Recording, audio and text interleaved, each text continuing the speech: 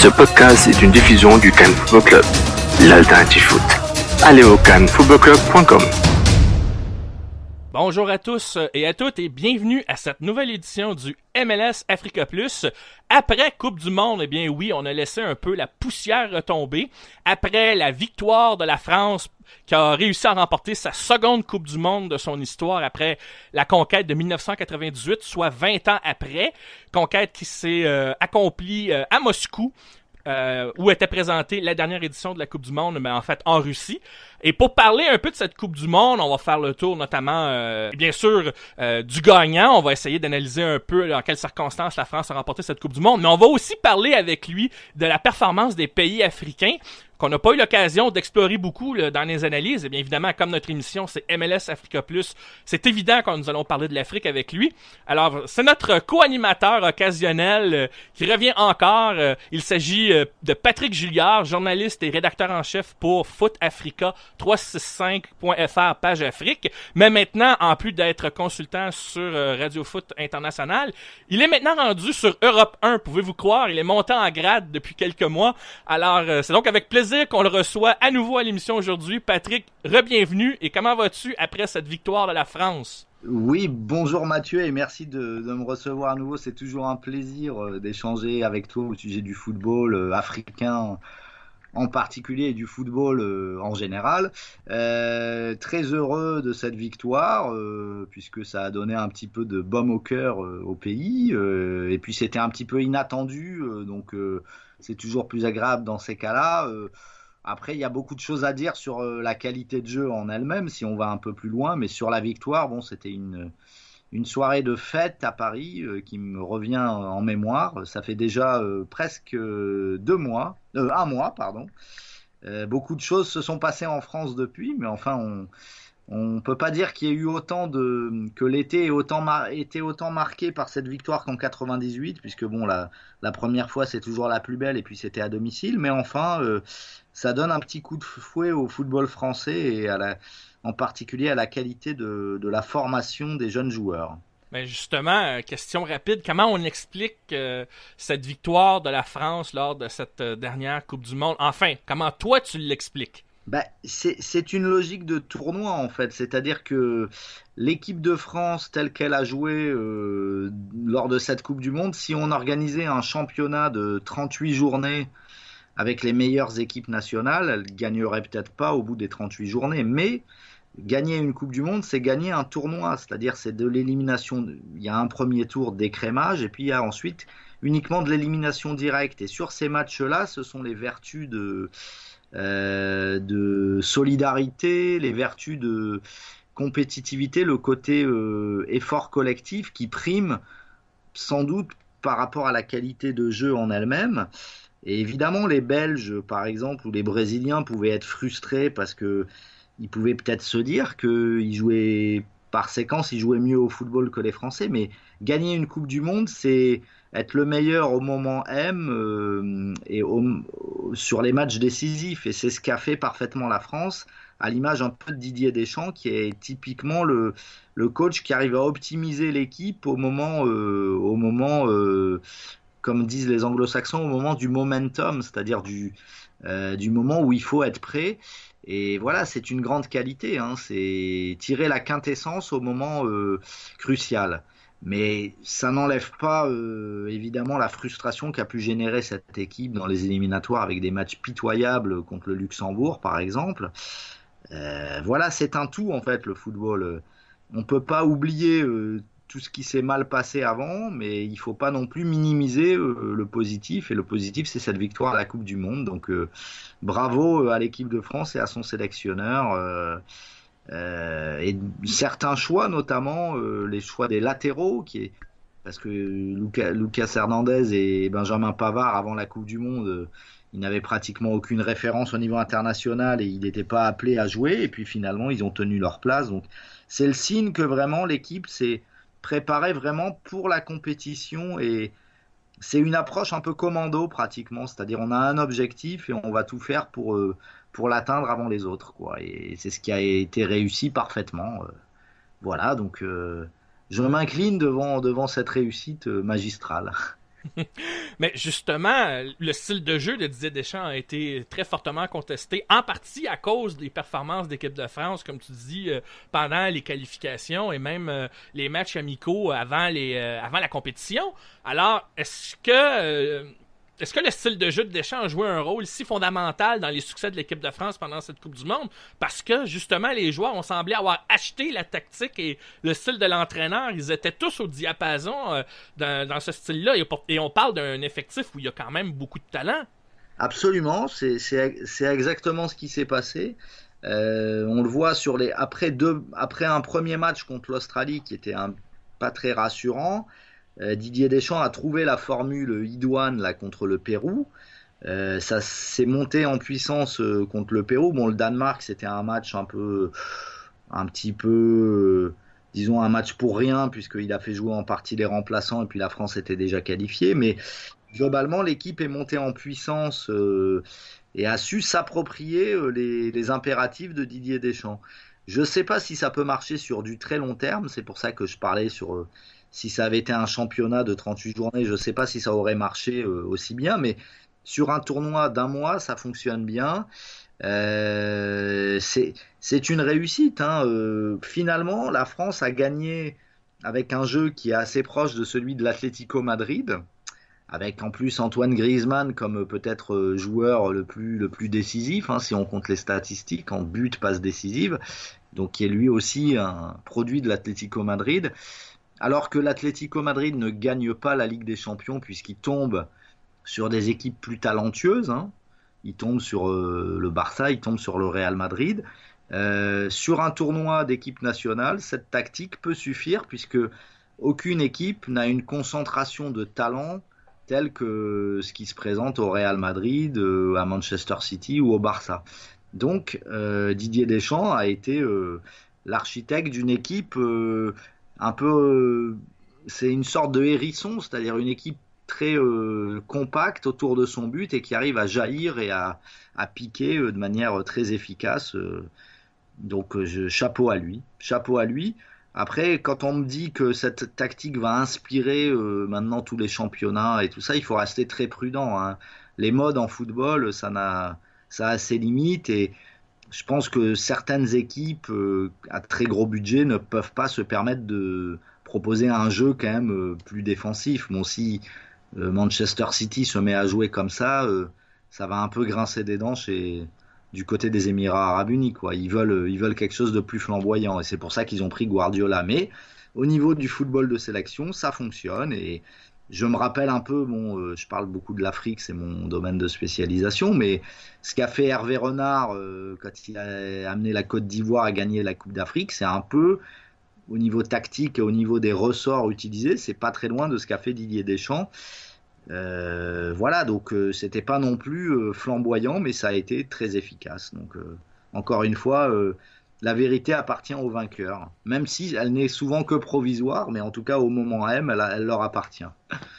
Mais justement, par rapport à ce que tu viens de dire, est-ce que le triomphe de la France pour cette Coupe du Monde, c'est également le triomphe d'une forme de pragmatisme, là? Et je dis ça, là, peu importe si ce pragmatisme peut être offensif ou défensif.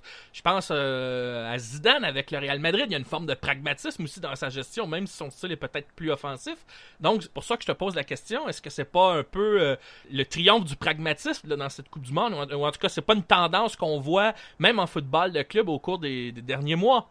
Ouais, c'est vrai, on peut établir un parallèle et d'ailleurs les deux, que ce soit Zidane ou Deschamps, ont tous les deux été formatés par un long passage à la Juventus Turin, donc il y a ce côté italien, on construit une équipe par la défense, on est d'abord solide, donc ça, même si c'était deux joueurs très différents. Deschamps incarnait vraiment le joueur de devoir alors que Zidane incarnait le génie créatif, mais en tant qu'entraîneur, ils sont tous les deux marqués par cette expérience-là et il y a un côté, l'Italie était absente de la Coupe du Monde, ne s'était pas qualifiée, mais on retrouve des principes assez italiens dans la manière qu'a Deschamps et qu'avait Zidane aussi au Real, tu as raison de faire le parallèle, de gérer une équipe. Donc oui, c'est une tendance, mais aujourd'hui la course aux armements sportifs, c'est-à-dire la course aux recrues très chères et très talentueuses est telle que malgré tout, je pense que les gros clubs les clubs les plus riches vont continuer à quand même plutôt jouer l'offensive. Je vois pas trop le Barça ou le Real se convertir totalement à ce style-là, même si bon, Zidane a été pragmatique, mais plus dans sa gestion du groupe que dans le style de jeu vraiment. Voilà, après je peux me tromper, mais je vois pas une grande glaciation du style très offensif de la Ligue des Champions, par exemple. Ça va rester la parole à l'attaque et bon, et tant mieux pour le spectacle. Même si c'est un peu toujours les mêmes équipes et c'est dommage, mais tant mieux quand même pour le spectacle. Si cette Coupe du Monde a été un grand succès pour la France, une grande réussite avec cette seconde conquête de la Coupe, il en fut autrement pour les pays africains. Rappelle-toi, quand on a fait l'émission avant la Coupe du Monde, on avait parlé des 5 pays africains. On essayait d'être positif, en tout cas, sur la possibilité que certains de ces pays africains-là puissent franchir la phase de groupe. Or, ce ne fut pas le cas. Aucun n'a réussi à la franchir. Comment on explique cet échec des pays africains de façon globale, Patrick? Effectivement, c'est la première fois depuis 1982 que l'Afrique n'est pas représentée au deuxième tour de la Coupe du Monde. En 1982, en plus, il n'y avait que 2 équipes africaines qualifiées sur les 24. Donc, et d'ailleurs, le Cameroun et l'Algérie étaient passés tout près de la qualification pour le deuxième tour. Donc, malgré tout, à l'époque, l'Afrique avait fait très bonne figure. C'était plutôt un continent émergent. Et là, au contraire, si on regarde le bilan, c'est un continent déclinant, hein, nettement, puisque l'Asie est repassée devant, alors que sur les dernières éditions, c'était plutôt l'Afrique qui était un peu qui avait repris l'ascendant sur l'Asie. Il y a plusieurs, évidemment, on va dire qu'il y a plusieurs facteurs qui expliquent cet échec cuisant de l'Afrique. Ça intervient en plus après une édition 2010 où 2014 où 2 équipes étaient au deuxième tour, Algérie et Nigeria. Donc là, on a un net recul. Il y a plusieurs choses. Bon, après, on pourra aller plus dans le détail, mais je vais rester un peu global sur ma première réponse. Mais il y a eu beaucoup de déconcentration et de très mauvaise gestion des temps faibles des équipes qui ont pris beaucoup de buts dans les fins de match, beaucoup de buts sur des balles arrêtées. Donc ça a été un défaut général dans la concentration et l'abord des moments cruciaux. Bon, ça, c'est catastrophique dans une grande compétition comme ça. Ensuite, je trouve que l'Afrique, en tout cas pour la première journée, l'Afrique a été un peu timorée, n'a pas vraiment, à part le Sénégal qui s'était imposé d'entrée contre la Pologne, mais globalement les équipes africaines au premier match n'ont pas été à la hauteur de ce qu'elles peuvent présenter. Elles ont été très timorées. On a vu la Tunisie jouer à 10 jouer le nul jusqu'à la dernière minute contre l'Angleterre et perdre à la dernière minute. On a vu le Nigeria qui a complètement déjoué contre la Croatie. L'Égypte qui a pratiquement pas joué, qui n'a fait que défendre et qui a finalement perdu à la dernière minute contre l'Uruguay. Et ça a mis les équipes africaines dans de mauvaises conditions. Le Maroc, c'est pareil. Le Maroc a dominé outrageusement l'Iran, mais n'a jamais été capable de marquer un but et s'est fait punir. Voilà. Et puis globalement, je pense que on a malheureusement pas eu beaucoup de révélations au niveau des individualités. Souvent, les Coupes du Monde permettent à des joueurs vraiment de se révéler au très haut niveau. Khazri, Salah, qui relevaient tous les 2 de blessures, donc il y avait des circonstances atténuantes. Ils ont à peu près répondu présent. Ils ont marqué 2 buts chacun. C'est pas mal, quoi, sans être flamboyant, c'est correct. Mais beaucoup de joueurs ont été complètement insuffisants par rapport à ce qu'on attendait d'eux. Hein. Je pense à Ziyech pour le Maroc, je pense à Keita Baldé pour le Sénégal, je pense à Iwobi et Anacho pour le Nigeria et d'autres. Donc tout ça fait que tous ces facteurs s'additionnant les uns les autres, on arrive à un bilan catastrophique. Hein. Alors évidemment, ça se joue à plus ou moins grand-chose. Pour le Nigeria, ça se joue à 4 minutes. Pour le Sénégal, ça se joue à un quart d'heure. Et pour les autres, la qualification était très loin. Donc, il y a du travail, quoi. Hein. On espère surtout que les pays en question vont tirer les leçons qui s'imposent et pas se contenter de grandes déclarations, parce qu'on a vu la CAF convoquer une sorte de séminaire d'autocritique. Et Ahmad qui a déclaré les joueurs africains sont tous dans les plus grands clubs du monde, mais nos équipes nationales ne sont pas bonnes. Il faut quand même un peu nuancer. Hein. Les joueurs africains dans les meilleures équipes du monde, il y en a malheureusement, il y en a quelques-uns en Angleterre peut-être, mais au Real Madrid, il n'y en a pas. Au Barça, il n'y en a pas. Au Bayern Munich, il n'y en a pas. Donc, il faut quand même pas non plus... faut pas se voir trop beau non plus et tout mettre sur la faute des sélectionneurs et des techniciens. Il y a un problème de fond si vous voulez, pour aller de la base vers le sommet. La base est pleine de joueurs de talent, mais le sommet, finalement, en est assez pauvre et il y a un problème de détection, de formation et de gestion des carrières, en fait. Beaucoup de joueurs se perdent, beaucoup de joueurs suivent des agents véreux et vont dans des championnats de deuxième zone, alors qu'ils pourraient avoir une meilleure carrière en étant plus patients. Bref, il y a beaucoup de choses à revoir et c'est pas uniquement un problème de gestion des équipes par les sélectionneurs, comme l'a un peu laissé entendre Ahmad, quoi. Hein, et ça m'a un petit peu gêné. Donc voilà. Mais on peut aller plus loin équipe par équipe, mais voilà globalement le constat qu'on peut en tirer, quoi.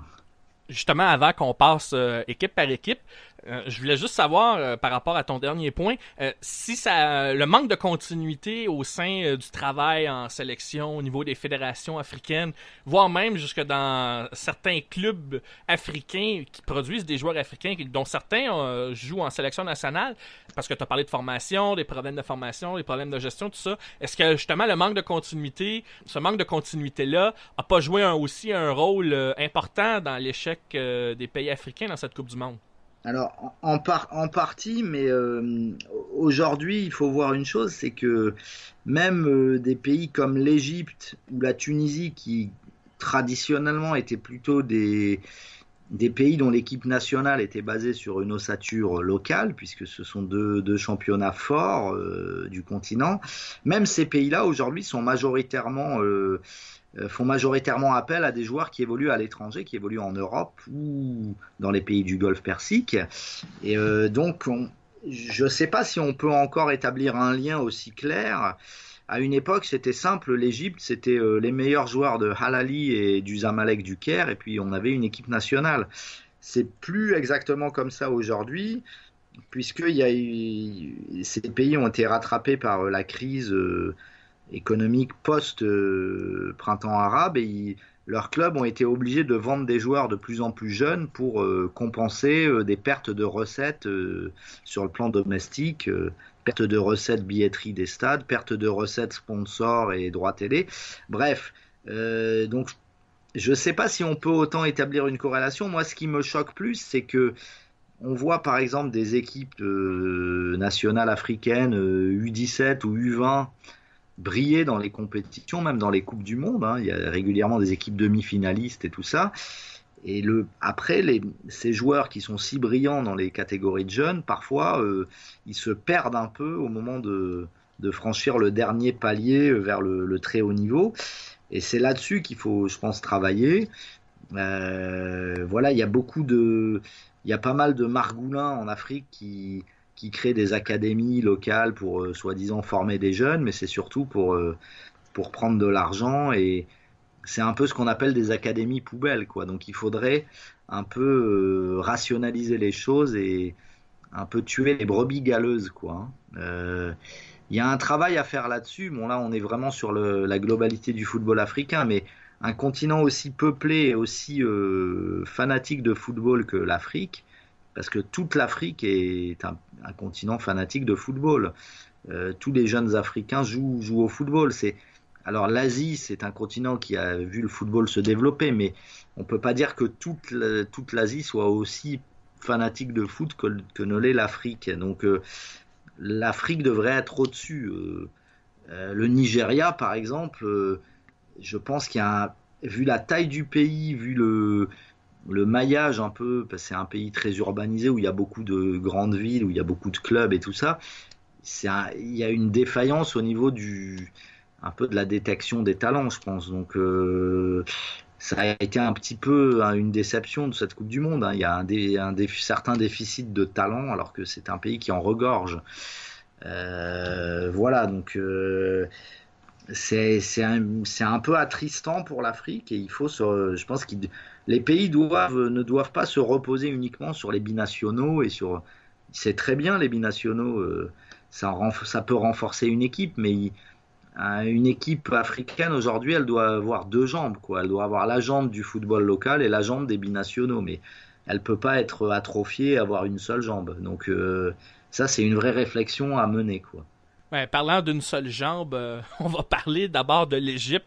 Mais en fait, je devrais pas dire une seule jambe, mais je pensais à Mohamed Salah, son meilleur joueur, le meilleur joueur des Pharaons qui avait été blessé en finale de la Coupe du Monde, et ça a probablement eu un impact sur la performance de l'Égypte. Comme tu le disais plus tôt, l'Égypte n'est plus cette équipe puissante offensivement qu'elle était à l'époque là, des années où elle avait dominé la CAN notamment.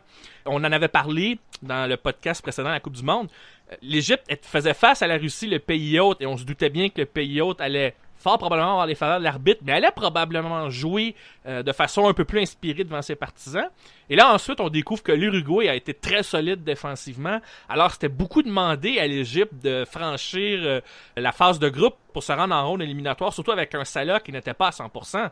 Ouais, alors moi que l'Égypte, j'avais pas, rappelons-nous quand on avait fait notre podcast après le tirage au sort, il y a quelques mois, j'avais pas donné l'Égypte comme une qualifiée possible, hein. Je pensais bien que ça serait très difficile dans ce groupe. Maintenant, entre ne pas se qualifier et faire 0 points sur 9 et en perdant en plus contre l'Arabie Saoudite qui avait été atomisée au premier match par la Russie, là je trouve que ça fait désordre. Bon, alors Mohamed Salah n'était pas là au premier match, certes.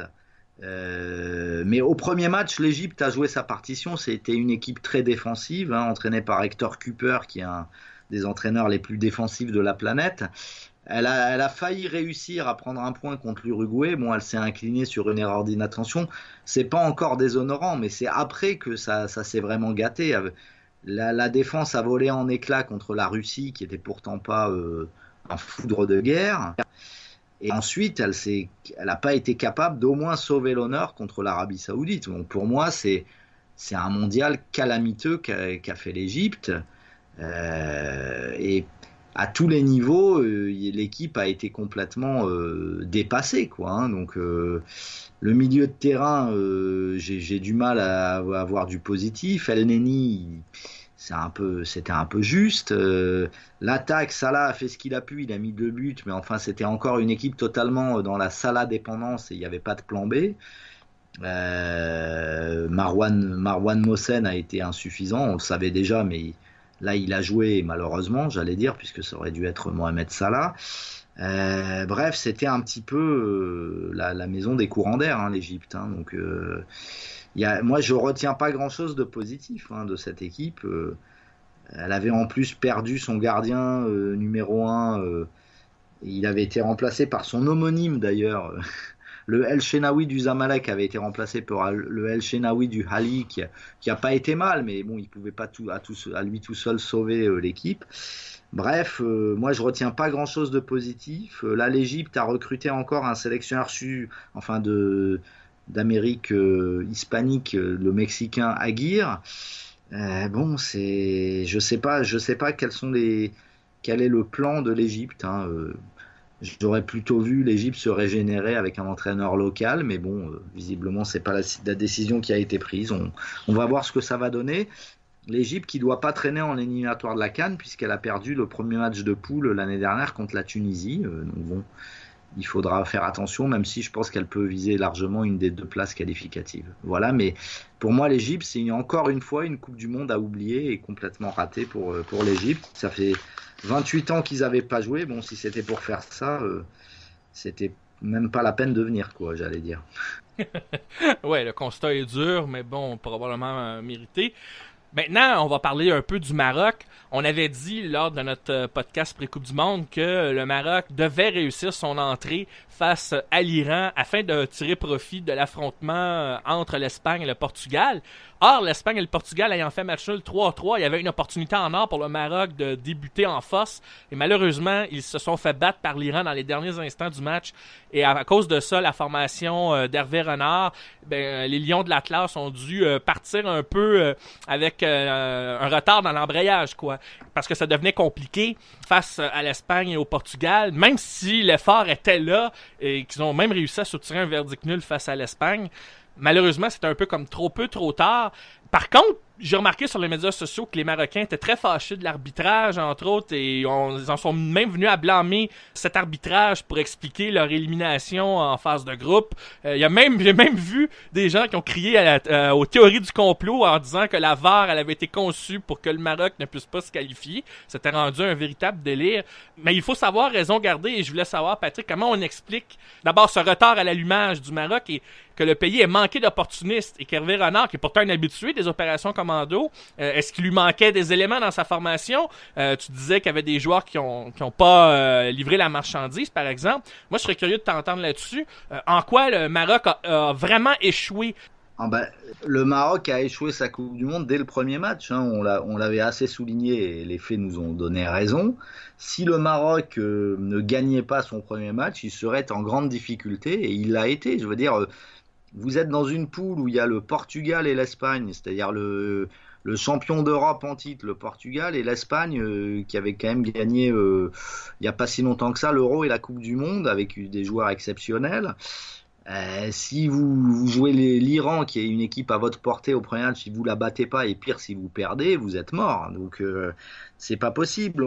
En plus, c'est d'autant plus cruel que le Maroc perd sur un but contre son camp d'un attaquant qui était rentré pour faire la décision de l'autre côté et qui marque contre son camp, Aziz Bouhadouz. Donc bon, c'est quand même catastrophique. En fait, le Maroc finalement a perdu la Coupe du Monde dans les dernières minutes contre l'Iran et dans les premières contre le Portugal. C'est toujours des moments clés en fait. Mais au final, tout ça, ça n'aurait pas dû être rédhibitoire, mais le Maroc a été tellement inefficace. Sur les 2 premiers matchs, le Maroc a tiré 29 fois au but. 13 fois contre l'Iran, 16 fois contre le Portugal. Pas un seul but au final. C'est impossible en Coupe du Monde. Si on n'arrive pas un minimum déjà à cadrer et ensuite à marquer, on peut pas. Et donc ensuite, il y a eu, je pense, des erreurs de Hervé Renard qui a voulu mettre Achraf du Real sur son mauvais côté, enfin, sur son mauvais pied, qui a fait des mauvais choix de coaching parfois, dont on a parlé de Bouhadouz, mais il y en a eu d'autres. Et voilà, El Khabi qui a été pris comme l'invité surprise en attaque. Moi j'étais pas contre ce choix, mais il s'est avéré qu'il n'avait pas les épaules pour ça. Lorsque Hervé Renard a remis Khalid Boutaïb titulaire, ça a mieux fonctionné, mais c'était trop tard. C'était contre l'Espagne au 3e match. Et puis en plus, il y a eu des problèmes en interne avec des déclarations de Mehdi Benatia qui a critiqué à mots couverts des gens de la fédération, et je pense aussi l'adjoint de Hervé Renard, Moustapha Hadji. Donc bon, tout ça a fait que le Maroc ça n'a pas fonctionné. En plus, c'est vrai que il y a eu des erreurs d'arbitrage assez flagrantes qui n'ont pas arrangé les affaires du Maroc.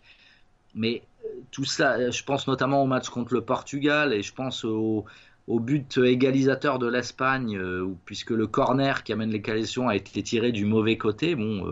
Il aurait dû être tiré à droite, il a été tiré à gauche.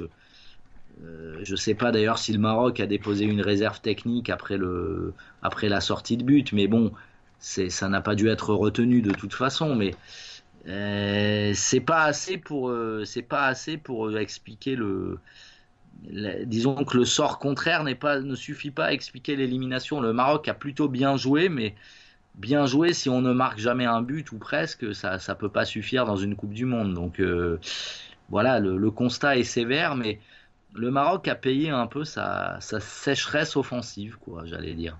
Finalement, on va parler un peu de ton pays, puisque tu es un binational, et on va parler de la Tunisie. Lors de notre émission précédente, on avait dit que la Tunisie était peut-être le pays qui avait le moins de chances de se qualifier. Effectivement, la Tunisie n'y est pas parvenue puisqu'il fallait négocier avec la Belgique et l'Angleterre qui avaient un Euro 2016 à racheter dans les deux cas. Ça aurait été surprenant que ces deux pays offrent une autre contre-performance. Effectivement, ils ont assez bien joué. Et même, ils ont suscité des espoirs en ronde éliminatoire. Mais dans le cas de la Tunisie, on a quand même senti que malgré le peu de chance qu'elle avait de se qualifier, elle s'est plutôt bien battue malgré un effectif, disons, un peu léger et peut-être une absence au niveau de l'attaque là aussi. Je sais pas si ce constat-là résume la performance de la Tunisie. Alors, ouais, je pense que tu as dit l'essentiel. Bon, la Tunisie, en fait, pendant toute la préparation, depuis en fait l'arrivée aux affaires au poste de sélectionneur de Nabil Maloul, a tenté un petit peu de faire évoluer son ADN habituel, c'est-à-dire la Tunisie, c'est traditionnellement une équipe qui joue beaucoup à l'italienne, qui a une défense solide et qui est assez prudente et qui joue plutôt en contre-attaque. Maloul avait essayé, et avec succès d'ailleurs, de donner un aspect plus joueur et plus porté sur la possession de balle à son équipe. Et contre l'Angleterre au premier match, alors que la Tunisie avait fait des bons matchs de préparation au mois de mars en battant le Costa Rica, ensuite en faisant un bon match contre le Portugal notamment, en perdant de justesse, en faisant un bon match aussi contre l'Espagne. Là, contre l'Angleterre, la Tunisie s'est recroquevillée un peu sur son but, a mené, a égalisé plutôt assez vite et s'est dit que le match nul était jouable et finalement s'est fait punir à la fin du match. Donc elle s'est remise à son travers habituel, c'est-à-dire trop subir, trop se recroqueviller. Et ça, malheureusement, c'est un peu chasser le naturel, il revient au galop, quoi. Et défensivement, les joueurs n'étaient pas assez au point pour tenir un match entier à ne faire que défendre. Il y avait trop d'approximations. Des joueurs n'étaient pas au niveau. Je pense à Ali Maloul qui a pas du tout fait une bonne Coupe du Monde. Il revenait de blessure, il faut dire, mais enfin bon, ça n'explique pas tout. Ensuite, en plus, la Tunisie a très vite, au bout de 15 minutes de jeu, perdu son gardien de but numéro 1, Moez Hassen, et l'entraîneur a choisi en fait de faire jouer son numéro 3, Farouk Ben Mustafa. Un choix un petit peu étonnant, mais bon, c'est pas le gardien à lui tout seul qui a précipité la chute, mais ça n'a pas dû contribuer à rendre la défense plus sereine. Voilà, donc tout ça a fait que c'était insuffisant. Et contre la Belgique, la Tunisie a essayé de jouer. La Tunisie a marqué 2 buts, mais elle en a pris 5. Donc voilà, c'était insuffisant. C'est-à-dire dans l'agressivité, dans l'engagement, dans l'intensité, en fait, la Tunisie était un petit peu juste, en fait. Voilà, et Wabi Kazri a bien mis 2 buts, mais bon, on peut pas tout faire tout seul. Et encore, il revenait lui aussi de blessure. Bref, l'effectif était trop juste pour pallier tous ces joueurs pour pallier les manques de tous ces joueurs qui revenaient un peu de blessure, qui n'étaient pas prêts à 100%. Et voilà, c'est un constat un peu triste. Mais la Tunisie, malheureusement, là aussi, j'attendais pas de la Tunisie quelque chose d'exceptionnel dans cette Coupe du Monde. Vu la poule dans laquelle elle était tombée, bon, au moins les Tunisiens, contrairement aux Égyptiens, ils ont eu le mérite de gagner leur 3e match, au moins d'imposer la logique face à une très faible équipe du Panama. Mais bon, qui sait, peut-être que l'Égypte aurait été battue par le Panama aussi. Donc c'est au moins ça de gagner. Ça fait une première victoire en Coupe du Monde depuis 40 ans pour la Tunisie qui, au moins sur le plan des statistiques, n'aura pas été catastrophique dans cette Coupe du Monde en gagnant un match. Maintenant, on va parler des 2 derniers pays africains, ceux qui ont le plus flirté avec une chance de se qualifier au-delà de la phase de groupe. On va commencer d'abord par le Nigeria, qui avait l'effectif le plus jeune de cette Coupe du Monde en moyenne d'âge, suivi de la France. Lors de notre émission, on avait parlé du fait que le Nigeria avait nettement survolé la phase de qualification africaine pour se rendre en Coupe du Monde et que Gerd Notre, le sélectionneur, dirigeait très très bien ses troupes.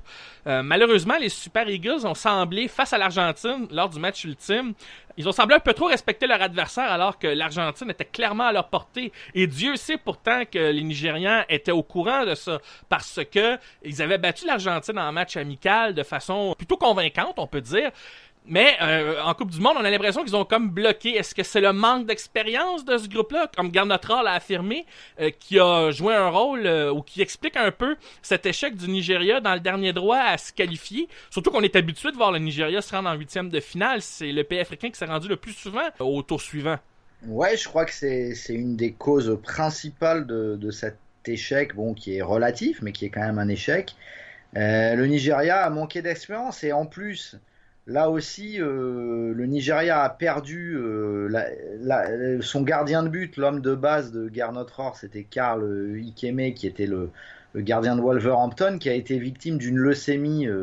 Bon, il a annoncé sa rémission, tant mieux d'ailleurs. Hein, on peut le saluer. Il a annoncé sa rémission au mois de juillet pendant la Coupe du Monde, mais il a manqué à cette équipe. Le gardien de but, c'était Francis Uzo, qui est un jeune gardien de 19 ans, qui est le gardien de l'équipe réserve du Deportivo de la Corogne en Espagne, mais qui est un très jeune gardien, qui avait aucun repère au niveau international et qui était un gardien un peu timoré, qui hésitait un peu à sortir, à quitter sa ligne, à prendre des initiatives, à commander sa défense.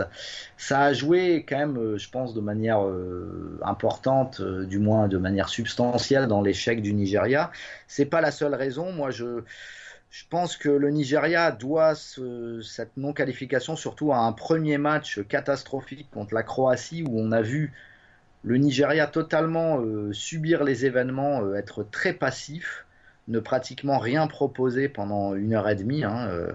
C'était un Nigeria complètement qui attendait. On avait l'impression que l'équipe attendait que ça se passe et que, bon, malheureusement pour eux, ils ont pris 2 buts. Un penalty et un but contre son camp, mais ça reste 2 buts. Et ensuite, contre l'Islande, le Nigeria a bien redressé la barre et a gagné de manière convaincante. Et effectivement, là, contre l'Argentine, ça s'est joué à 4 minutes. Le nul aurait qualifié le Nigeria. Bon, ils ont pris le but fatal à 4 minutes de la fin, mais c'est vrai, le Nigeria aurait pu enfoncer le clou et essayer de pousser son avantage, mais ils n'ont pas réussi. Je pense qu'il y a aussi eu un certain manque de talent chez les joueurs offensifs. Alors, Victor Moses et Ahmed Musa ont fait une bonne Coupe du Monde, mais les autres, Iwobi, Iheanacho, Odion Ighalo, tout ça ont été à côté de la plaque. Et bon, il y a eu des occasions. Ighalo a raté des grosses occasions contre l'Argentine. Bon, à partir de là, si vous n'êtes pas en Coupe du Monde, on peut être moyen, on peut être pas très séduisant dans le jeu, mais si en plus on n'est pas efficace face au but, ça pardonne rarement, quoi. Et voilà, donc le Nigeria malheureusement a payé ses petits manques. Globalement, l'équipe était plutôt cohérente. Enfin, ça ressemblait à une équipe, quoi. Quand on les voyait jouer, c'était pas comme l'Égypte. On voyait une équipe jouer, mais bon, il manquait des petits quelque chose qui additionnaient. On dit que ça se joue sur des détails, mais c'est pas des détails, c'est la base du foot, quoi. Quand on a une occasion nette dans les 18 mètres et qu'on cadre pas, on se met en difficulté. Et voilà, c'est malheureusement. Ahmed Musa a été exceptionnel contre l'Islande. Il a mis 2 buts et dont un qui est presque digne de Lionel Messi, mais bon, il peut pas rééditer ça à tous les matchs et le Nigeria ne pouvait pas compter que sur lui, quoi. Donc bon, voilà, il a manqué ça. Malheureusement, c'est une équipe là encore qui est un peu en régression par rapport à ce qu'elle avait montré en 2014, quoi. Même si, bon, là aussi, elle s'était qualifiée avec 4 points, donc un peu par la petite porte, mais bon, entre 3 et 4 points, il y a une grosse différence et on l'a vu cette année, quoi. Voilà, dommage ça nous aurait fait un petit France-Nigeria qui aurait été intéressant en 8e de finale. J'aurais été curieux de le voir, mais bon, ça aurait été un remake de 2014, mais on ne l'aura pas. Tant pis, peut-être la prochaine fois. Ouais, peut-être. Faudra voir aussi à la CAN comment le Nigeria va ressortir. Si, évidemment, le Nigeria se qualifie, mais on va y revenir un peu plus tard. Finalement, le dernier pays dont il faut parler, c'est le Sénégal, qui était dirigé par Aliou Cissé. Le Sénégal était l'équipe qui avait réussi son entame en remportant son premier match face à la Pologne, mais ensuite, face au Japon, eh bien, le Japon qui avait battu la Colombie et qui a profité d'ailleurs du fait que la Colombie était réduite à 10, eh bien, le Japon, finalement, fallait les prendre beaucoup plus au sérieux. C'était une équipe que parfois on commet l'erreur de sous-estimer. Et c'est là qu'on voit que tu parlais justement des pays asiatiques. Eh bien, le Japon, le fait qu'il soit peut-être bien structuré, même s'ils ne sont pas des fanatiques de foot comme en Afrique, eh bien, quand ils sont bien structurés, eh bien, ils performent. Et le Sénégal s'est fait jouer un tour en obtenant un verdict nul alors que ce match était à leur portée. Et là, ensuite, ben, tu te retrouves face à la Colombie qui, là, cette fois, avait presque tous ses joueurs à sa disposition. Mais toujours est-il que c'était une grosse commande là, lors du troisième match pour le Sénégal en affrontant la Colombie, alors que tu avais la possibilité d'avoir 6 points d'entrée de jeu et donc d'être dans une zone de confort là, pour le dernier match parce que tu étais probablement beaucoup plus assuré d'être qualifié pour la ronde éliminatoire. On peut donc parler là, d'une opportunité manquée pour le Sénégal. C'est un peu en partie à cause de ce problème inhérent à cette équipe-là d'être incapable de gérer les temps faibles où il semble avoir des petits vides de concentration dans les moments clés du match. Et face au Japon, je trouve que ça a apparu. Est-ce que tu es d'accord avec ça ou bien si tu vois autre chose qui explique cet échec du Sénégal à se qualifier? Non, je suis tout à fait d'accord avec toi et on peut commencer dès le premier match. Le premier match, le Sénégal s'impose et donc commence bien sa Coupe du Monde en battant la Pologne 2-1, mais dans les dernières minutes du match, le Sénégal encaisse un but. Donc déjà, on sentait un relâchement. On sentait que l'équipe n'était pas totalement maîtresse de son sujet. Et contre le Japon, c'est pareil. Le Sénégal mène 2-1 et doit gérer et essayer peut-être soit de pousser son avantage, soit au moins de le garder, quoi, de garder le but d'avance. Et il n'y arrive pas non plus. Donc il y a eu de la déconcentration, il y a eu des...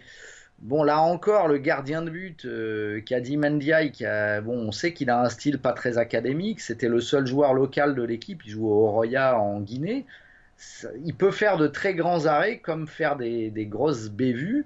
Et on a vu un peu les deux. Et bon, là encore, c'est un problème de formation peut-être, mais à des postes clés, il y a parfois des manques un peu criants. Et puis, bon, j'ai trouvé aussi que les leaders offensifs attendus de l'équipe, c'est-à-dire Sadio Mané en premier lieu et puis Keita Baldé, Ismaïla Sarr en deuxième lieu, ils n'ont pas été au rendez-vous. Autant Mbaye Niang ou Sabali ont fait de très bonnes Coupes du Monde, Moussa Wagué également a fait une très bonne Coupe du Monde. Le Barça l'a d'ailleurs acheté pour son équipe B cet été. Bon, c'est pas pour rien. Mais les autres, les leaders offensifs, c'est pas ça. Et il y avait une tweetos amusante là qui postait un tweet avec deux photos, une photo d'un petit chaton et une photo d'un tigre. Et la légende, c'était pour le chaton, c'était Sadio Mané en équipe nationale et pour le tigre, c'était Sadio Mané à Liverpool. Donc il y a ce côté un peu l'homme aux deux visages et Sadio Mané n'arrive pas encore à être le leader qu'il devrait être en équipe nationale. Voilà, bon, il n'a pas manqué grand-chose au Sénégal. Ils auraient pu passer et ensuite peut-être monter en puissance et faire mieux dans les matchs éliminatoires. Mais malheureusement, là encore, ça ne pardonne pas en Coupe du Monde. Et on avait dit avant, je me rappelle, on avait dit que c'était une poule où le Sénégal pouvait aussi bien faire premier que quatrième, que les 4 équipes étaient très proches les unes des autres. Alors, la Pologne s'est avérée peut-être plus faible, plus décevante que ce qu'on avait pensé, mais les 3 autres, effectivement, étaient assez proches les unes des autres. Et malheureusement, le Sénégal a été le dindon de la farce. Et c'est souvent comme ça avec les pays africains ces derniers temps, et c'est dommage. Ça montre qu'il y a des petits réglages qui n'ont pas été faits. Et pourtant, là, je trouve qu'Aliou Cissé, là, pour le coup, a fait plutôt du bon boulot, que son équipe était cohérente. On voyait à peu près où il voulait en venir, on voyait comment il faisait jouer son équipe. Il a, je pense, manqué un petit peu de talent au milieu de terrain. Idrissa Gueye, c'est un bon joueur, mais les autres joueurs, les Ndiaye, les 2 Ndiaye, notamment au milieu de terrain, n'ont pas été, je trouve, extraordinaires. Enfin, c'était un peu juste pour le niveau mondial. Et bon, ça fait au final, ça fait une équipe qui déçoit un peu. Et comme tu dis, bon, on peut résumer ça par une mauvaise gestion des temps faibles. Et ça paraît, comme je le dis, je le répète et j'insiste, ça ne pardonne que rarement en Coupe du Monde. Considérant la prochaine Coupe d'Afrique des Nations qui s'en vient et les qualifications qui vont reprendre en septembre, je pense qu'il n'y a seulement eu qu'un seul match de disputé jusqu'à maintenant. Le portrait d'ensemble de la situation, comment tu le vois? Parce que lors de la dernière CAN, le Cameroun avait gagné de façon surprenante. Après, par la suite, ça s'est gâté. Le Cameroun n'a même pas réussi à se donner une chance de se qualifier pour la Coupe du Monde. On a senti là, que cette victoire à la CAN était un peu du court terme. Et là, ensuite, ben là, les pays africains échouent en Coupe du Monde. Je veux dire, comment on peut envisager la prochaine édition de la CAN, qui ne sera d'ailleurs pas à 16 équipes, si je ne me trompe pas. On va passer à une CAN à 24 et qui va être disputée non plus en janvier comme on avait l'habitude de le voir, mais plutôt durant la saison estivale. Exact. Et d'ailleurs, c'est au Cameroun que cette CAN 2019, cette première édition à 24 équipes aura lieu. Là, le Cameroun est en train de travailler d'arrache-pied pour rattraper son retard et construire ses stades et tout ça, pour remplir un peu le cahier des charges de la CAF qui est très exigeant. Bon, je pense qu'ils vont y arriver puisqu'il y a il y a des consortiums chinois qui construisent ces stades, donc ils sont habitués à travailler dans des délais un peu tendus et je pense qu'ils vont y arriver. Mais après, sur le plan sportif, bon, je pense que la formule, ce sont des poules où les 2 premiers sont qualifiés sur 4. Donc je pense pas qu'il y aura beaucoup de grosses équipes éliminées pour le coup.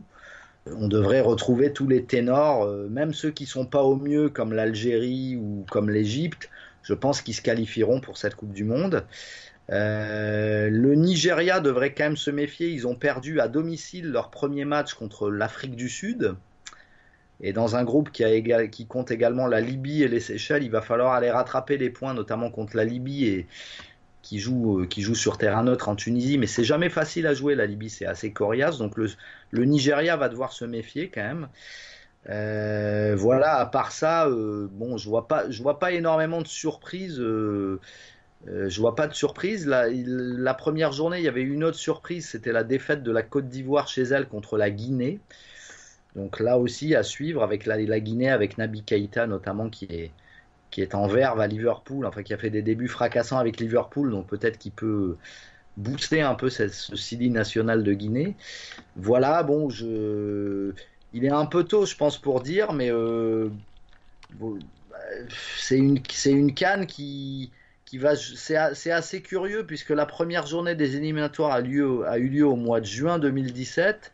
Et toutes les autres journées vont avoir lieu entre septembre 2018 et mars 2019. Donc beaucoup d'eau a coulé sous les ponts depuis la première journée. Donc c'est un peu des éliminatoires en 2 temps qui vont se jouer là. Donc peut-être que certains pays qui ont pris un faux départ vont pouvoir se rattraper. C'est ce qu'on peut souhaiter au Nigeria notamment. Mais voilà, c'est un peu particulier. C'est une bizarrerie du calendrier, quoi. Donc on va voir ce que ça va donner. Et je peux vous assurer, chers auditeurs, qu'on va suivre un peu, évidemment, ces qualifications pour la Coupe d'Afrique des Nations et qu'on va en rediscuter au moment où la compétition aura lieu et en compagnie, bien évidemment, de notre invité. Donc, soyez au rendez-vous. Vous en saurez plus là, au fur et à mesure que la compétition va avancer. Juste une dernière question concernant l'Afrique, Patrick. L'Algérie a embauché un nouveau sélectionneur, Jamel Belmadi, mais le Cameroun a également engagé un tandem à la tête de la sélection, ce qui a eu un peu un effet de surprise. En effet, on retrouve Patrick Kluivert, je ne sais pas si je le prononce bien comme il faut. Kluivert, voilà, j'ai un petit peu de mal avec la prononciation, merci de me corriger. Avec Clarence Seedorf à la tête de la sélection camerounaise. Alors, je voulais connaître ton opinion sur l'arrivée de ces nouveaux entraîneurs là, au sein de ces 2 sélections là, qui cherchent à se relancer après notamment les échecs récents. Bon, il y a eu le départ du Gros Brosse du Cameroun pour les raisons que l'on connaît, mais aussi le 3e échec en 3 occasions de Rabat Madjer avec l'Algérie, qui depuis la Coupe du Monde 2014 a eu du mal à retrouver un peu ses marques. Alors bref, là, je voulais savoir qu'est-ce que tu pensais de l'arrivée de ces nouveaux entraîneurs. Les deux équipes sont dans une situation différente. Le Cameroun est qualifié d'office pour la CAN en tant que pays organisateur, donc n'aura pas de match à enjeu avant la CAN. Ils doivent juste se servir des matchs. Maintenant, c'est comme en Europe, ils sont dans une poule fictive où ils jouent des matchs contre les équipes de la poule, mais les matchs ne comptent pas pour le classement. C'est un peu bâtard, donc la poule se joue à 3 équipes. Donc ils vont profiter de ces matchs pour un peu se régler et un petit peu essayer de créer une alchimie collective. Après le choix de Kluivert, ce qui est l'adjoint, et surtout Seedorf qui sera l'entraîneur principal, le sélectionneur, c'est un choix bizarre puisque le Cameroun n'est pas un pays qui a des liens historiques avec les Pays-Bas. Et surtout, le Cameroun avait lancé un appel à candidature pour pourvoir le poste de sélectionneur et finalement a choisi d'auditionner des techniciens qui étaient pas passés par l'appel à candidature. Donc, ils ont auditionné le vieux mercenaire Sven-Goran Eriksson, le Suédois, qui est ce qu'on peut appeler un has-been, hein, qui a plus de succès dans le football depuis bien longtemps.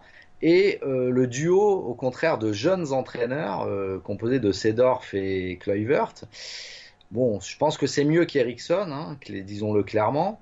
Au moins, ils auront des idées neuves et puis ce sont d'anciens grands joueurs qui ont un vécu, qui ont peut-être une approche des matchs de haut niveau qui peut être intéressante. Maintenant, je suis curieux de voir comment ça va se goupiller parce que le contexte camerounais est très particulier. Ce sont des gens qui ne connaissent rien à ce contexte, qui ne parlent pas la langue du pays, même si bon, le Cameroun est partiellement anglophone, mais bon, malgré tout, c'est pas des gens qui ont beaucoup d'attaches avec ce pays, donc ça me paraît un peu bizarre. J'attends de voir. On dit que Samuel Eto'o aurait beaucoup œuvré pour favoriser cette candidature, puisqu'il connaît bien ces joueurs avec lesquels il a joué. Voilà, c'est un petit peu particulier, quoi. C'est des drôles de choix. J'attends vraiment, je suis très curieux de voir ce que ça va donner, même si le Cameroun aura un petit peu de temps pour régler la mire en quelque sorte. Après, pour l'Algérie, bon, ça s'est fait de manière un peu plus opaque qu'au Cameroun, enfin en théorie, puisqu'au Cameroun finalement c'était assez opaque aussi, hein. C'est finalement le ministère des Sports qui a eu la main sur le dossier alors que ça aurait dû être la fédération, hein. Et en Algérie, bon, la fédération a sondé des coachs prestigieux, elle a sondé Hervé Renard mais qui était encore engagé au Maroc, elle a sondé Ali Lodzik qui était libéré par le Japon mais je pense qu'il tenait pas vraiment à revenir vu la manière dont il s'était séparé de l'Algérie, c'était un peu difficile. Elle a sondé aussi Carlos Queiroz, qui était en fin de contrat avec l'Iran, qui avait fait du bon travail, qui aurait pu peut-être avoir un bon profil. Elle a sondé Gernot Rohr, mais Gernot Rohr, lui aussi, il était sous contrat avec le Nigeria et il voulait y rester, a priori. Et finalement, est revenu dans les discussions le nom de Djamel Belmadi, qui est un jeune entraîneur, hein, qui est un franco-algérien à la base, qui a été un joueur de l'Olympique de Marseille, qui a joué en Angleterre aussi, à Manchester City, avant la période émirati à Manchester City, et qui a été un bon international, un bon milieu offensif, qui a eu je pense une trentaine de sélections avec l'équipe nationale algérienne et qui a surtout qui a entamé une carrière prometteuse d'entraîneur au Qatar où il a été plusieurs fois champion. Il a coaché aussi l'équipe nationale du Qatar quelques temps et il avait plutôt un bon bilan. C'est quelqu'un qui a un entraîneur bien formé, je pense, qui est bien dans son métier, donc et qui peut vraiment faire le lien entre les locaux, puisqu'il a quand même une expérience au Moyen-Orient, donc avec des joueurs expatriés souvent, et les joueurs binationaux, puisque lui-même est un binational. Donc je pense que c'est un bon choix. Ça coûtera beaucoup moins cher à la fédération que s'ils avaient pris un Queiroz ou un Hervé Renard, et je pense que c'est bien de lui donner une chance maintenant. Il va apporter quelque chose de nouveau et bon, la situation est bonne. L'Algérie a gagné son premier match de qualification pour la CAN en battant, je crois, le Togo. Et elle est dans une poule avec également le Bénin et la Gambie. Donc vraiment, normalement, elle devrait pouvoir gagner sa poule et se qualifier sans trop de difficultés. Donc je pense que Belmadi a de quoi mettre en place les choses tranquillement. Et bon, maintenant qu'on n'attend plus rien de l'Algérie, pourquoi elle ne redeviendrait pas une équipe à suivre? Eh bien, on va suivre ça. Comme je vous l'ai dit, on va avoir l'occasion d'en reparler. Puis on va souhaiter aussi que ce soit dans le cas de l'Algérie ou le Cameroun, que ces pays-là retrouvent un peu de leur superbe. Maintenant, pour conclure l'émission, une dernière petite question. Tu voulais rajouter quelque chose? Ouais, je voulais rajouter quelque chose sur l'Algérie. Je pense que l'arrivée aux affaires de Djamel Belmadi peut être bénéfique pour un joueur que vous connaissez bien à Montréal, pour Safir Taider, puisque il était en froid avec Rabat Madjer, qu'il avait écarté. Et je pense que là, bon, ça ne fait guère de doute que Djamel Belmadi va le rappeler en équipe nationale. Donc je pense que ça sera bon aussi pour pour sa carrière et pour sa confiance. Ben en tout cas, je peux te confirmer, parce que tu peux pas voir les matchs, que ça a commencé peut-être un petit peu avant, mais à partir du congédiement de Rabah Madjar, la montée en puissance de Safir Taider, c'est confirmé à ce moment-là. Il avait enchaîné avec 2 matchs avec des buts, et son rôle là est de plus en plus prépondérant au sein de l'effectif. Il semble avoir retrouvé là, ses aptitudes et ses qualités dans le volume de jeu, par exemple. On sent que là, Safir Taider a retrouvé sa confiance, et ça, c'est de bon augure. Ouais, tout à fait. Tant mieux pour l'Impact. Et bon, après des débuts difficiles, on voit que Rémi Garde commence à installer, à mettre en place ses idées et son projet de jeu. Donc bon, on va suivre ça avec intérêt, avec peut-être aussi d'autres arrivées, mais plus tard, puisque le mercato estival, je crois, est clos en MLS. Effectivement, à peu près en même temps qu'en Angleterre, mais il y a encore des possibilités d'embaucher ce qu'on appelle des joueurs libres de contrat.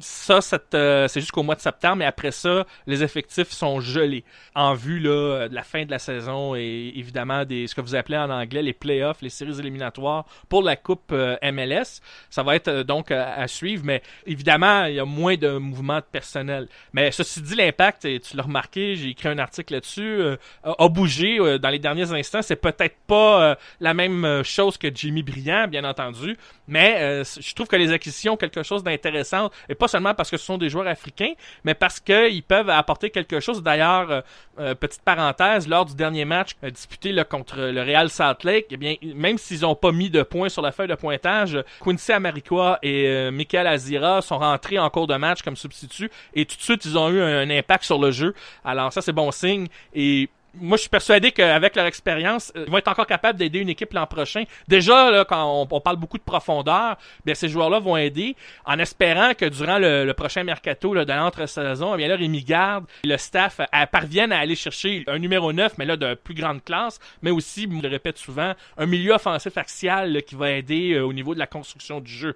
Eh ben, comme dirait Laurent Paganelli, on vous le souhaite. Tu sembles avoir une fixation sur Laurent Paganelli ces derniers temps, mais là, je dis ça à titre privé. Mais bon, on va garder ça on the wraps, comme on dit en anglais, sous couverture, quoi. Juste pour terminer l'émission, j'avais une dernière question, Patrick, qui renvoie encore à la Coupe du Monde. Il a beaucoup été question de la performance de Neymar avec le Brésil. En fait, je dirais plus sa performance en matière de shooter, si je puis dire, de joueur qui cherchait des fautes auprès de l'adversaire. Ses roulades, à un moment donné, ont fait les choux gras des réseaux sociaux. On a vu un paquet de photos truquées, des gifs également animés où on voit Neymar rouler. Même à un moment donné, il y a un gif assez particulier où on voit la séquence où Kylian Mbappé contre l'Argentine fait tout le terrain pour aller chercher le gros jeu là, dont on se souvient là, lors des 8e de finale, mais le ballon était remplacé par Neymar qui roulait tout le long, en fait. Moi, ce que je voulais savoir, c'est que la performance de Kylian Mbappé, qui est devenu le plus jeune joueur à avoir marqué en phase éliminatoire et même en finale de la Coupe du Monde pour la première fois depuis, je vais le nommer, un certain Pelé, légende du foot, qui avait réussi à marquer en 1958. Mais bref, là, que Mbappé a réussi une belle performance lors de cette Coupe du Monde. Et pendant ce temps-là, Neymar a fait plus parler de lui pour ses roulades que pour son jeu. Sachant que les deux joueurs jouent avec le Paris Saint-Germain, qui vient de se trouver un nouvel entraîneur, l'Allemand Thomas Tuchel, je voulais savoir si, suite à cette Coupe du Monde-là, au niveau de la hiérarchie, puis au niveau aussi du rapport avec les partisans, que ce soit du PSG, voire même avec l'ensemble de la France et de ceux qui suivent la Ligue 1, si on va constater peut-être un changement déjà cette saison entre justement le lien qui existe là, entre Mbappé et le public, mais aussi avec Neymar, parce que Neymar va sans doute vouloir montrer qu'il est encore le meilleur joueur de cette formation-là, alors que Mbappé a prouvé qu'il est pas loin là, d'être le véritable taulier, la véritable superstar là, à venir. Ouais, je pense que c'est l'un des enjeux principaux de la saison, non seulement au PSG, mais aussi en Ligue 1 en général. C'est un enjeu pour beaucoup de monde. C'est un enjeu pour Neymar, puisque effectivement, comme tu l'as dit, sa Coupe du Monde restera pas dans les mémoires. Je pense qu'on peut d'ores et déjà dire que c'est râpé pour le Ballon d'Or. Hein. Il n'aura pas le Ballon d'Or cette année, même s'il fait 4 très bons mois, et notamment en Ligue des Champions en septembre, octobre, novembre, décembre. C'est râpé, je pense, pour le Ballon d'Or. Donc c'est déjà un échec pour lui. Hein. Il rêvait de gagner la Coupe du Monde après avoir gagné les Jeux Olympiques, c'est pas le cas.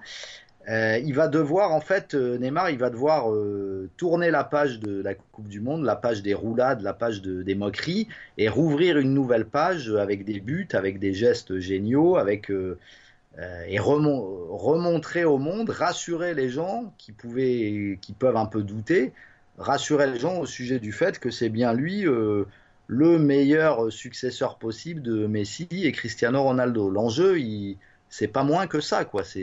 C'est ça, hein, l'enjeu, c'est pas autre chose. Donc ça, c'est important. Mbappé, lui, il arrive avec le statut, comme tu l'as dit, de prodige un peu. Il a confirmé, disons, tout le bien que les plus optimistes pouvaient penser de lui comme un futur Ballon d'Or. Hein. Il s'est positionné comme déjà cette année, il peut peut-être briguer le Ballon d'Or. Donc c'est important. Maintenant, si les deux sont intelligents, ils vont pas se tirer dans les pattes. Ils vont essayer de profiter de l'émulation que crée cette forme de concurrence, et ça peut tirer vers le haut à la fois le PSG et à la fois leur propre carrière à eux. Donc je pense que pour le bien de tous, il ferait bien de mettre un peu leur ego dans la poche et mettre leur talent au service à la fois de leurs partenaires privilégiés, donc Neymar et Mbappé, et du collectif. Et puis, ça va être un test aussi pour Thomas Tuchel. Il arrive au poste d'entraîneur du PSG, alors tout le monde est très positif, parce qu'en France, bon, Unai Emery avait une image un peu floue et un peu l'image de quelqu'un qui a du mal à communiquer, qui a du mal à s'exprimer, alors que Tuchel a l'air beaucoup plus doué pour ça, beaucoup plus doué avec la parole, en fait, avec la prise de parole. Mais on a donc que du positif à la bouche. On dit qu'il est sympa, qu'il fait de la câlinothérapie, qu'il ménage ses joueurs, qu'il met une bonne ambiance. Mais je pense que si ça commence à barder entre Neymar et Mbappé, je pense que on peut compter sur lui pour avoir de la poigne et pour montrer que c'est lui le chef du PSG. Donc là aussi, pour lui, c'est un enjeu, parce que si jamais il y avait des problèmes d'ego ou une crise de résultats au PSG qui génère des dissensions en interne, il devra montrer qu'il y a qu'un leader, que c'est lui, et que le PSG ne peut pas vivre avec des problèmes d'ego comme ça. Donc là aussi, c'est pour lui, qui a jamais été dans un club aussi ambitieux, en tout cas, que le PSG, puisque il a été à Mayence et au Borussia Dortmund. Là aussi, c'est un enjeu pour lui. Donc j'attends avec beaucoup de curiosité la saison qui s'annonce. On a vu le PSG battre Caen hier 3-0 avec un but de Neymar, le premier. Mais bon, Neymar a joué de manière assez tranquille. Hein. C'était pas, on sent qu'il n'est qu'à 40 ou 50% de son niveau maximum. Voilà, j'attends de voir. Hein. Il a une petite avance dans la préparation sur Mbappé. Il va, je pense, essayer de prendre quelques buts d'avance au niveau du tableau des buteurs de Ligue 1. Voilà, donc on va suivre ça avec intérêt. Mais je pense encore une fois que s'ils sont tous les deux intelligents et bien conseillés, ils doivent comprendre que c'est pas dans leur intérêt d'entamer une guerre des nerfs avec leur partenaire de club, quoi. Ouais, on va le souhaiter. Comme on va souhaiter aussi que Mbappé ne subisse pas l'influence négative de Neymar pour ce qui est des chutes. On se posait parfois la question dans certains cas où Mbappé récoltait des fautes, mais on va souhaiter que ça soit plus un rapport beaucoup plus positif, puis que Mbappé continue de nous émerveiller et de confirmer son statut de jeune pépite exceptionnel que certains ont découvert à la Coupe du Monde, pour ceux qui ne le connaissaient pas. Patrick Juliard, merci infiniment encore une fois d'avoir participé à l'émission. Merci encore une fois infiniment de ta collaboration et de tes lumières sur nombreux sujets de foot, bien entendu l'Afrique, mais aussi sur d'autres sujets. C'est toujours très apprécié. Merci à toi encore de me faire de nouveau confiance, de me donner longuement la parole avec des débats toujours bien sentis et bien nourris. Et voilà, c'est toujours un plaisir pour moi. J'espère que les auditeurs de ton podcast apprécieront, et voilà, j'en profite pour dire que je suis contactable et suivable, followable sur Twitter également, à mon nom. On peut me trouver facilement, donc n'hésitez pas, j'aime beaucoup débattre et échanger. Effectivement, pour ceux qui ne le savent pas encore, vous pouvez trouver Patrick Juliard sur le compte Twitter d'Arobase avec son nom complet, Juliard avec 2 L bien sûr. Quant à moi, bien c'est les 3 premières lettres de mon prénom, Matt, et Lemay, L-E-M-E-E, avec l'arobase évidemment qui précède pour ceux qui ne sont pas encore abonnés à nos comptes Twitter. Pour ce qui est des fans du Cannes Football Club, bien vous pouvez évidemment trouver ce podcast disponible sur le site du cannesfootballclub.com et également sur le compte de Cannes Football Club Plus sur iTunes, SoundCloud et sur d'autres plateformes comme Spreaker, si j'ai bonne mémoire. Je pense qu'on est maintenant rendu là. Bref, le Cannes Football Club continue de grandir. On a même de nouveaux podcasts, notamment un tout nouveau qui vient d'arriver, le podcast des Trois Lions sur le football anglais. Il y a le Blaugrana podcast qui est vraiment à toutes les semaines est très très productif comme nouveau podcast qui porte évidemment sur le Barça, le FC Barcelone avec Alec Avendano et Michael Miller. Il y a aussi le podcast Sur la ligne avec Monsieur Foot de Foot que lui on retrouve beaucoup sur les réseaux sociaux. Ses interventions, ses questions, il ne lâche jamais le morceau. J'avais d'ailleurs été invité sur son dernier podcast Sur la ligne. Là, il en a fait un autre dernièrement. Bref, c'est à découvrir. Il y a aussi le podcast du journaliste de Dans les coulisses, Julien Tardif. Il y a Borat Sport Rock'n'Roll. Et bien évidemment, le Couscous Piri-Piri, bien que le Piri-Piri soit en vacances à l'heure actuelle. On souhaite d'ailleurs bonnes vacances à Nilton George s'il a l'occasion de nous écouter quelque part au Portugal ou dans les Açores. Bref, avec son comparse Sofiane Benzaza qui nous livre donc les fameux après-matchs de l'Impact de Montréal. Alors voilà, c'est ce qui conclut cette édition du MLS Africa Plus. Ici Mathieu Lemay qui vous dit au revoir et à la prochaine.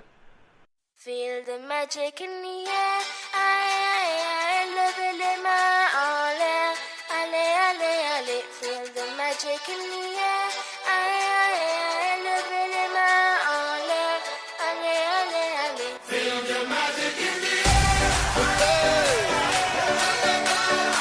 Magic System, Red One, Shaoki.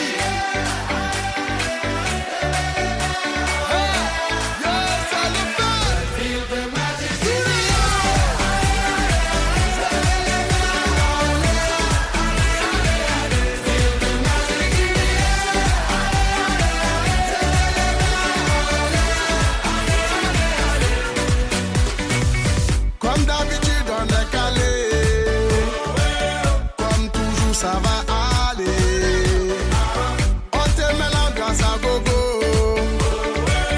tous ensemble on fait le show. On t'invite à la magie, y'a pas de raccourci, oublie tes soucis, c'est bien faire la folie. On t'invite à la magie, y'a pas de raccourci, oublie tes soucis. Oh, oh, oh, oh.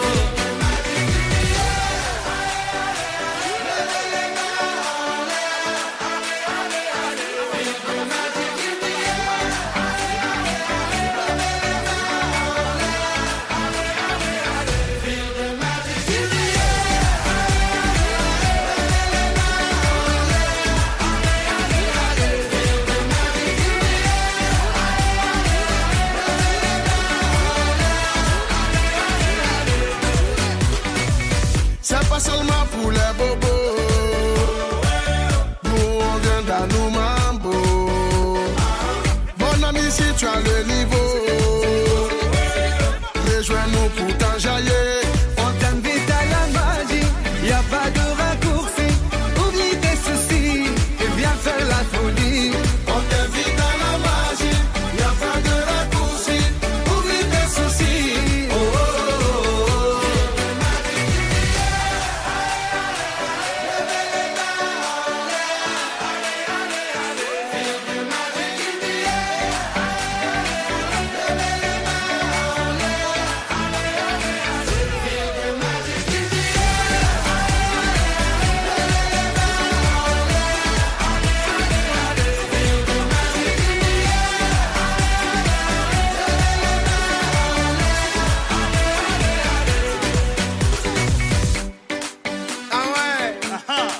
Magic System. Toujours nous.